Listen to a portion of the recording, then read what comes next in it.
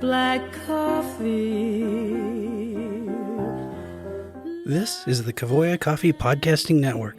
Coffee people talking to coffee people about coffee and things coffee adjacent. This episode of Coffee Memo is brought to you by Kavoya Specialty Coffee, where coffee is always a collaborative voyage.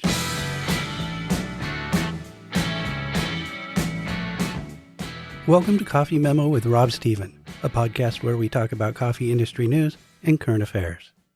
This is episode 11, and 'tis the season for coffee forecasts. People are making their lists and checking them twice and predicting coffee harvests. What's up with that? How does it work? Why is it important? And how should we approach the wide variety of reports? I ask these questions with care in hopes that Rob Stephen soon will be here. So Rob, the coffee world, as we've seen over several episodes, is full of reports. There's all kinds of reports in the coffee Many world. reports. Yes. And one of them is a coffee forecast. But from any given country, there's no such thing as a forecast. There are forecasts. Mm-hmm. Even reading the recent USDA report, semi-annual report from Brazil, they quote more than one forecast because there's more than one forecast out there. Yes. Different groups put out different numbers, not often at huge variances, but at some variance. And one assumes it's because there's different methodology or motivation. Who knows? But I thought maybe today you could talk to us about coffee forecasts. Sure. I would love to. And I'll start with a quote from one of our favorite movies, our jointly favorite movies, which is The Big Lebowski, which is, "That's just your opinion, man."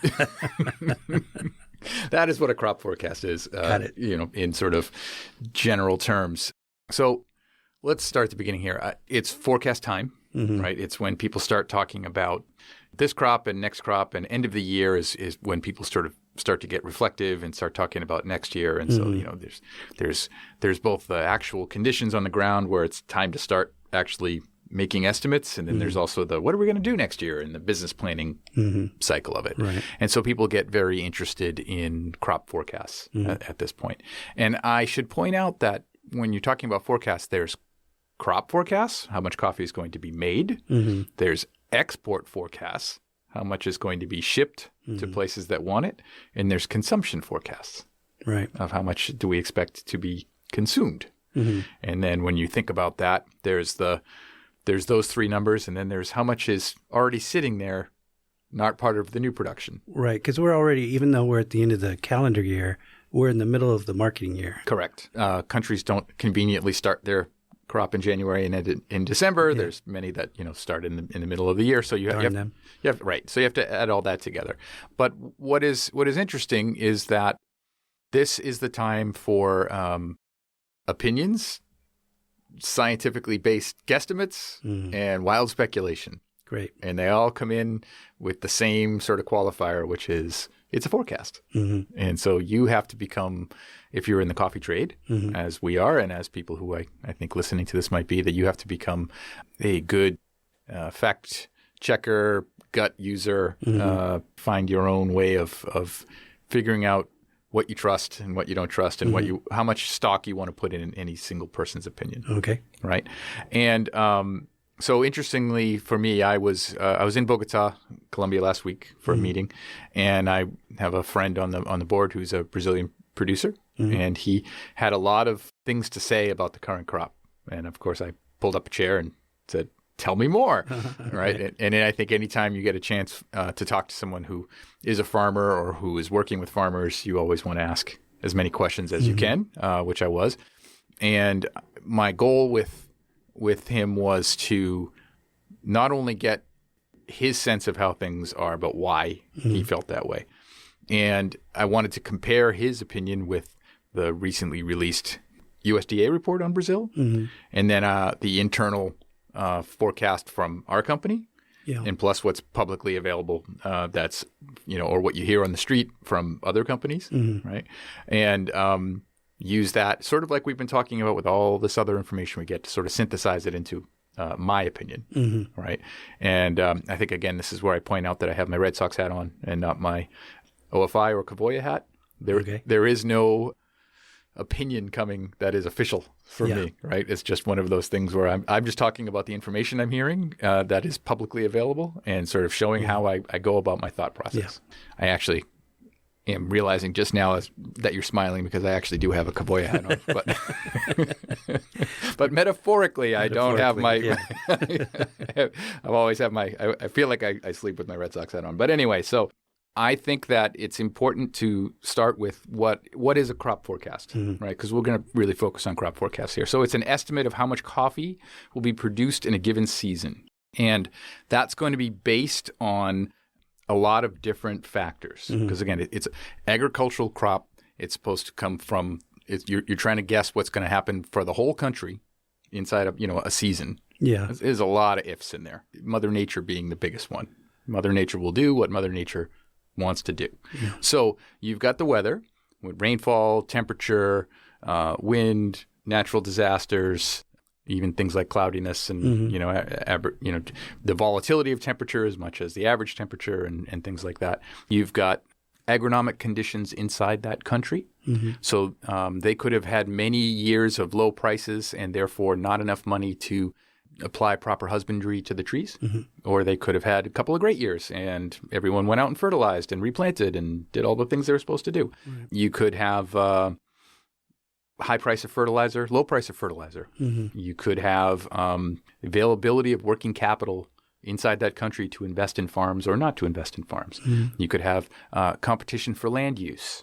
And, suddenly it's more attractive to turn your farm into a ecotourist hotspot than it is to grow coffee, right? This is what happened in Costa Rica, for example, right? And you have all these different things that go into how productive or unproductive you expect farms in that country to be.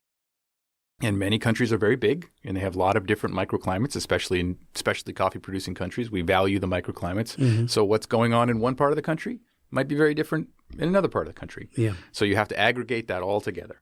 Some people do it from their desk. Some people make a forecast, and they go, well, I see this, and I see that, and I hear this, and I hear that, and blah, blah, blah, and they sort of make a bunch of spreadsheets and they say, okay, here's our forecast. But what I'm more interested in, and always have been, is the amalgamation of information that comes from people with their feet on the ground. Yeah, right? The people who listen to the trees. Yes, exactly, right? And so when I was a wee lad in coffee, and I can't remember his name, and I tried looking it up, and I couldn't find it, but there was a guy who used to do a 3-month road trip every year in Brazil. And I remember the detail was he had a yellow Datsun. And he would drive around Brazil and just pop into farms. And everyone loved him. And they feed him lunch and stuff like that. But he would just go around and he would ask everybody the same set of questions and look at farms. And then he would come out with his forecast. And he was the one that was always right. Nobody really does that anymore. But people do it in their regions. And they were able to sort of put it together. So, we work for a multinational. We have people all over the country. In Brazil, for example, there are other multinationals out there as well that have the same ability to do that. And there's a methodology to creating a crop forecast that is very complicated. And like putting out a survey or doing anything you want to repeat year on year, you have to keep your methodology the same. Otherwise, you can't use your year-on-year numbers for a comparison. But you do a magic thing where you try and figure out how many trees are available. And you can do that with math. Okay, it's this much hectare and this is how many plants per square meter or whatever. And you can use drones and you can use satellites and all that stuff. But you sort of figure out how many trees we're talking about and then do a statistical representation of how many trees you want to look at. And then go out and actually touch those trees. And how many branches and how much new growth is on these branches and how many nodules of where you're going to see flowers and fruits do we see, those kinds of things. And that's one thing. And then you go through after the flowering and then you see if there was actual fruit growth. Did the rains come too late? Did the rains come too early? Was there a big rain or a storm at a time when the plant was particularly vulnerable? Is that going to affect things? Did the plants get enough nutrients? So, one of the things that happened in Brazil last year that really took the market by surprise was the flowering was okay, but the flowering was interrupted by some weather and some other factors. And then the beans on the trees didn't produce at the right weight. Right. They were very underweight. And you got to fill a 60-kilo bag. Yeah. So you got to use more coffee. It's bad news for producers. You got to use more coffee to fill the bag. So what people thought was going to be X number of million bags was X minus 4 million bags, that kind of thing. And 4 million bags adds up, right? So you've got you've got your initial estimate, and then Mother Nature rewrites the script as you go. Yeah. Right. And so what we do in the industry is we take these early forecasts and we synthesize an opinion collectively, and we say, okay, then it's going to be a big year, or it's going to be a down year. And again, everyone focuses on Brazil because it's a third of the world's coffee supply. Sure, yeah. But you have to look at all of them, right? I mean, I think that the forecast for maybe, a small Central American country is not as important as the Brazil one in the grand scheme of things. But you got to remember, if Brazil has a down year, that country's going to have a great year because they're going to have demand. So you look at them all, and then you look in the aggregate, and you look at them individually and separately, and then you form an opinion. And once you have that opinion, you have the basis to start trading.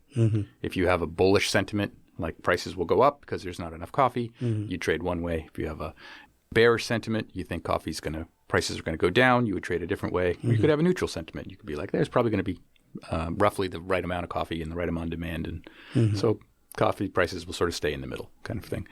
But forecasts are not static, as we talked about, and lots of things happen, so you have to keep revisiting them. And then at the end, when it's all over, only then do you find out how close you were on your initial forecast. And the answer is that almost nobody is right enough to say, I want to listen to those guys. That's the big sort of unsatisfying part of this. Right. There's no longer this unnamed person in the yellow dots who's out there. Yeah. There's no more primary forecasts. Right.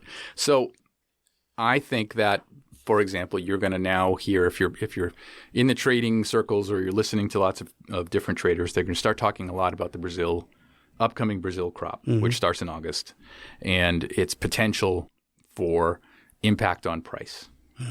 Now you're going to hear people say big numbers. They're going to have the best crop ever. And you're going to have people say, well, it looks bad. And then, and the joke in the coffee industry is that you'll never meet a farmer with a sunny forecast because they don't want people to believe that and then have prices go down. Yeah. And then roasters always think it's going to every year is going to be the best year ever because that'll make the prices go down. Yeah. Right. Yeah. So neither one gets their way just because they want it. Yeah, and you're always asking, what makes you say that? Yeah, Even if you're reading the report, you're in your head, you've got to be going, what makes you say that? Yeah. There are some pieces of data that have less of an agenda than others, right? A trader's crop forecast tries to be accurate, but it ultimately, even if it's implicit, has an agenda. A producer level forecast also potentially has an agenda. The ones that I think are less sort of riddled with agenda are things like a USDA crop report or an ICO report. Yep. These are much more, just here's the facts. Here are things that either happened or we're very, very certain are going to happen, right? So I sort of use those as a baseline, and then I listen to what other people are saying. And I'm not going to name names, but there are trading companies in the world that always come in high, and there are those that always come in low. Yeah. And knowing that, you at least can say, well, there's the high and there's the low. Yeah. Probably somewhere in the middle of those two. Yeah. So let me give you or sort of open the topic of why crop forecasts have such an impact on market sentiment and market pricing. And I'm going to spit some numbers here, and hopefully we can put this in the show notes. But in 2022, Brazil exported about 40 million bags. In 23, they exported about 36 million bags. And in 24, about 35 million bags, right? So give or take. This is about, you would have to add about 15 to 20 million bags on top of that for what they actually produced. The rest of it stayed in Brazil and was consumed by Brazilians. Right. Or was roasted and sent out as roasted coffee. Brazilian consumption has gone up huge in right? the last 20 years. That's a lot of coffee. People pay a lot of attention to it. But if we look at it globally, production in 2022 was 172 million bags. These are all 60-kilo bag equivalents. So even if a country makes 69-kilo bags or 70-kilo bags, these are sort of mathed into 60 bags, right? So 2022, 172 million bags. 2023, 168 million bags. And 2024, 171. So it seems roughly static if you look at it. Look at those three numbers on a chart, right? But if we then add in the consumption numbers to those years, which were respectively 170 million bags, 172, and 174. We then end up with combined 7 million bag deficit over a 3-year period. 7 million bags is 661 million pounds. Right? So over a 3-year period, a 661 million pound deficit. Now, we had good conversation last time about certified stocks, right, or 2 times ago, and that's it in a nutshell, right? Yeah, that's where that's how come we were still drinking coffee. Yeah, even though there was a deficit. Exactly. And so the sort of conservative estimate for this year that's about to end is that we will end this year with another 3 million bag deficit. So that turns us into a 10 million bag deficit over a 4-year period, which is 1.3 billion pounds of coffee that the market wanted and didn't get. And here we sit in over the last 6 months in a high $3 to $4 market. Yeah, and certified stocks are what, 485, something like that? Closer to 400 than 500, right? There you go. Yeah. This is proof of just that the system is working as intended. Red lights are flashing all across the board, basically. Please give us coffee. Please give us coffee, which is why we have this inverted market. We want coffee now. We'll pay you more money if you give us coffee now. And so all eyes on 2026-27 crop, because if it can go into surplus, where more is produced than is needed, it'll reduce pressure on prices. It'll fill up the warehouses again. All these things that we've been talking about, right? Right. But a forecast is a forecast. We don't know until things start to happen. We've all been watching the news. The weather is much more violent and unpredictable, as are politics. As are all sorts of things. A forecast is a forecast. So is an opinion on whether the Suez Canal is going to open up for shipping. Yeah. So is an opinion on whether or not certain countries will suffer from tariff pressure than over others. It all affects the movement of coffee in this global supply and demand scenario. So it's not just a big round number. Oh, the world is going to consume 174 million bags and it's going to produce 171. Yes, of which kind and where? Yeah. And by whom? And will it be able to ship in the right place? Will the ports be open for them to ship the coffee out? How much will be consumed inside the country? All sorts of variables and data. But it starts with looking at the forecasts from the big producing countries, Brazil, Vietnam, Colombia, which collectively is probably about half of all the coffee, and being able to say, well, they're going to have an expectation of a good year or they're going to have an expectation of a bad year. If you are a roaster and you're trying to get a sense of what's next year going to be like, it's a good place to start. Yeah. Look at the crop forecast. You're going to hear them from everybody. Everybody's got one, right? But remember what I said at the beginning. That's just your opinion, man. Yeah. Right? And, make your own decision about that. But also don't expect immediate relief. The thought of a great Brazil forecast is not going to lower coffee prices tomorrow. Right. Any one single forecast coming out isn't going to drastically move the market. It's just an expectation of what we reasonably expect to happen. So having said that, I think this is our last pod before the end of the year. It is. It is. So thanks for working with me on this year. Oh, my pleasure. And thank you. Merry Christmas and Happy New Year, Mike. Same to you, Rob. You've been listening to Coffee Memo with Rob Stephen. Executive producer for the Kavoya Coffee Podcasting Network is me, Mike Ferguson. Our Coffee Memo theme music is Jealous Dogs by the Pretenders. If you know, you know.